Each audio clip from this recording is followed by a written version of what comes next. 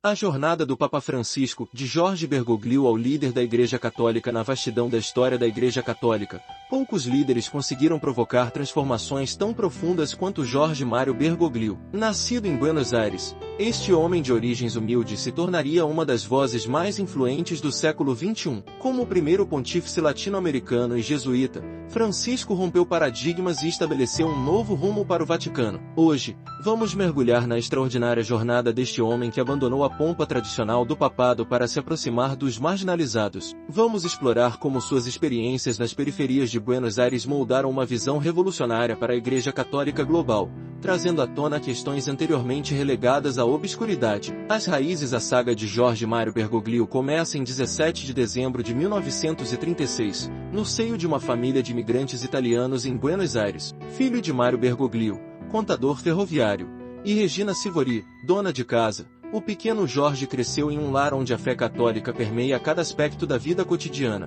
O jovem Bergoglio não imaginava o destino extraordinário que o aguardava. Durante sua adolescência, trabalhou como técnico químico antes de sentir o chamado à vocação religiosa. Um episódio marcante ocorreu quando, aos 17 anos, durante uma confissão na igreja de São José de Flores, experimentou o que descreve como um profundo encontro espiritual que redirecionaria completamente sua vida. A Argentina daquela época vivia sob tensões políticas e sociais intensas. O país transitava entre períodos democráticos frágeis e regimes autoritários. Essa realidade tumultuada forjou no jovem Bergoglio uma consciência aguda sobre injustiças sociais e a necessidade de uma igreja presente nas dores do povo. A formação do sacerdote. Em 1958, Bergoglio ingressou no noviciado da Companhia de Jesus. A formação jesuíta, conhecida por seu rigor intelectual e espiritual, imprimiu características indeléveis em sua personalidade, disciplina austera, pensamento analítico e compromisso com a educação. Durante esse período,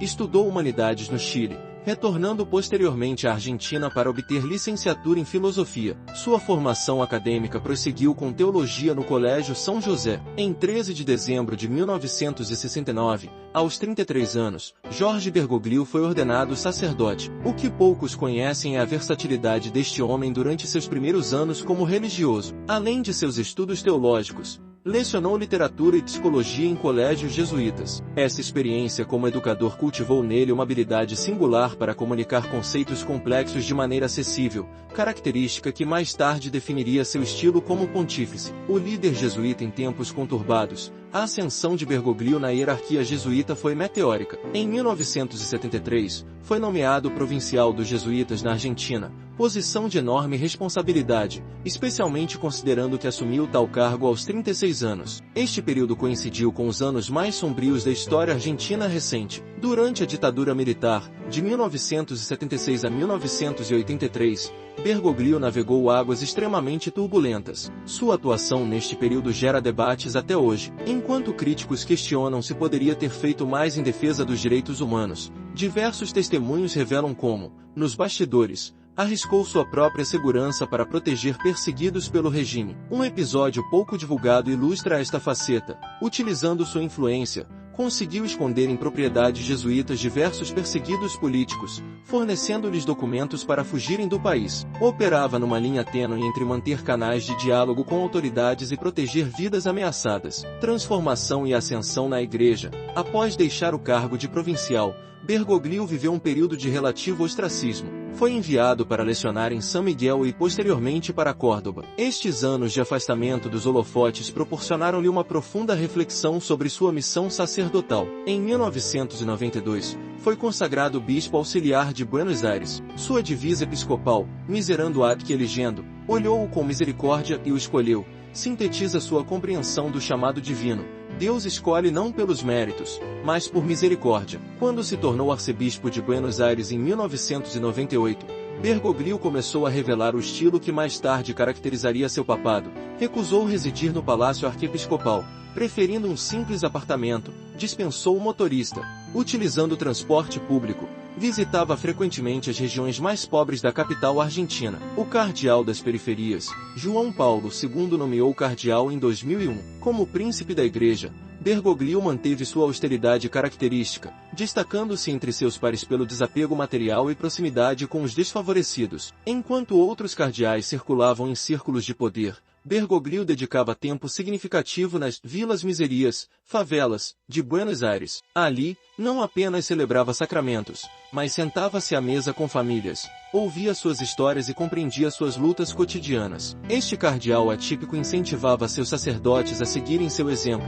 exigindo que cada paróquia mantivesse iniciativas concretas para mitigar o sofrimento dos mais vulneráveis. Sua teologia não se limitava aos livros, materializava-se nas ruas. O conclave que surpreendeu o mundo quando Bento XVI anunciou sua renúncia em fevereiro de 2013, primeiro papa a renunciar em quase 600 anos, a Igreja enfrentava múltiplas crises, escândalos financeiros, casos de abuso sexual e uma crescente desconexão com o mundo contemporâneo. Bergoglio viajou para o conclave em Roma com uma passagem de volta para Buenos Aires, convencido de que retornaria às suas funções na Argentina. Na quinta votação, para a surpresa de muitos, inclusive dele próprio, os cardeais o elegeram como 266º Papa. Sua primeira decisão revelou o tom do novo pontificado.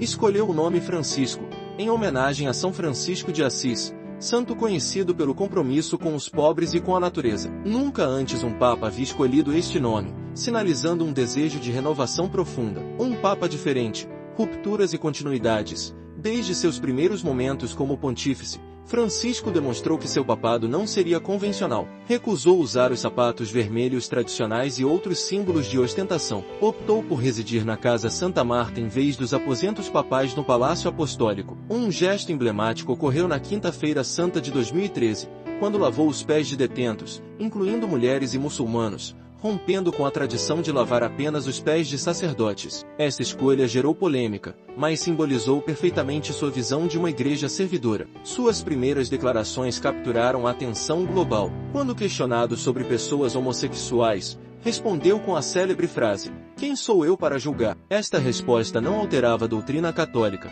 mas modificava radicalmente o tom do discurso eclesiástico, enfatizando acolhimento em vez de condenação. Um aspecto raramente mencionado de seu pontificado é sua habilidade comunicativa. Francisco consegue transmitir mensagens complexas através de metáforas simples e poderosas. A igreja como hospital de campanha, pastores com cheiro de ovelhas, economia que mata, expressões que se tornaram emblemáticas de seu magistério. As grandes causas do pontificado. O magistério de Francisco estrutura-se em torno de alguns eixos fundamentais. A ecologia integral, desenvolvida na encíclica Laudato Si, 2015, conecta a degradação ambiental com problemas sociais, convidando a uma conversão ecológica que compreende a terra como casa comum. A reforma econômica constitui outra bandeira central. Francisco denuncia sistematicamente a economia de exclusão e a globalização da indiferença. Seu discurso recupera elementos da doutrina social da Igreja frequentemente esquecidos, colocando a dignidade humana acima dos interesses do mercado. O diálogo interreligioso representa um terceiro pilar de seu pontificado. Sua amizade com líderes judeus e muçulmanos abriu portas para iniciativas históricas. Em 2019,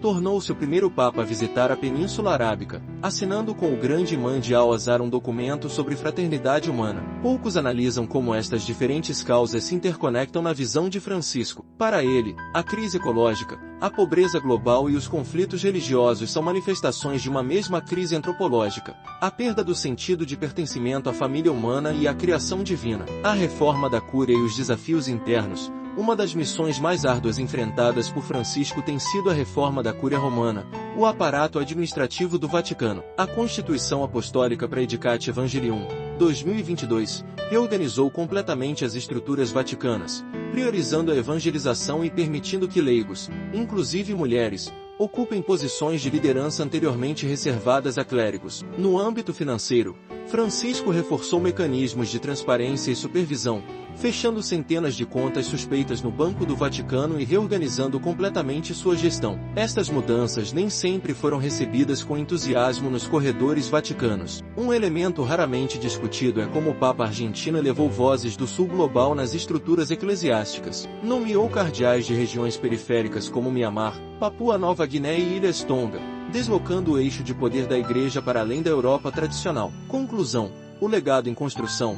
O pontificado de Francisco representa um capítulo singular na história bimilenar da Igreja Católica. Sua abordagem pastoral, focada na misericórdia e na proximidade com os marginalizados, revitalizou a imagem institucional católica mesmo em tempos de crescente secularização. Por trás dos gestos midiáticos e declarações impactantes, encontramos um homem de profunda espiritualidade e visão estratégica. Francisco entendeu que, para permanecer relevante no século XXI, a Igreja precisava recuperar sua vocação original como comunidade a serviço dos sofredores, seja através de suas encíclicas revolucionárias, reformas estruturais ou gestos simbólicos. Este Papa argentino escreveu seu nome entre as personalidades mais influentes de nossa era. Sua jornada extraordinária, das periferias de Buenos Aires ao centro do catolicismo mundial, continua inspirando milhões a repensar o significado da fé em um mundo fragmentado e desigual. O legado definitivo do Papa Francisco ainda está em construção, mas já podemos vislumbrar seu impacto duradouro.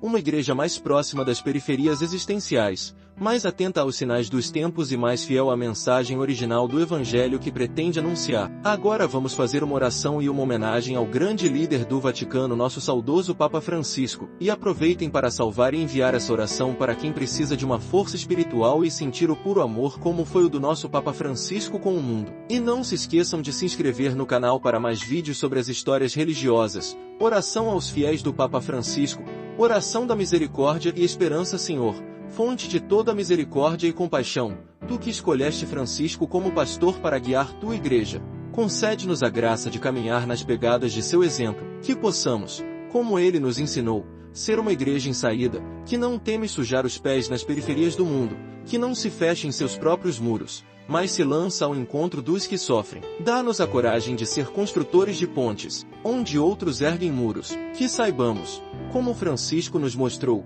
ver Cristo no rosto do migrante, do excluído, do doente e do prisioneiro. Inspira-nos a cuidar da nossa casa comum, a respeitar a criação como dom sagrado, e a construir uma economia que sirva à pessoa, não ao lucro e à indiferença. Ensina-nos a simplicidade de coração, para reconhecer que a maior riqueza está no serviço e na entrega aos irmãos. Dá-nos a sabedoria de escutar antes de falar, de acolher antes de julgar, de amar antes de condenar. Que as sementes plantadas por Francisco floresçam em nossas comunidades, transformando-nos em instrumentos de tua paz, em testemunhas da alegria do Evangelho, em mensageiros de esperança para um mundo ferido. Por Cristo, nosso Senhor, que vive e reina para sempre. Amém.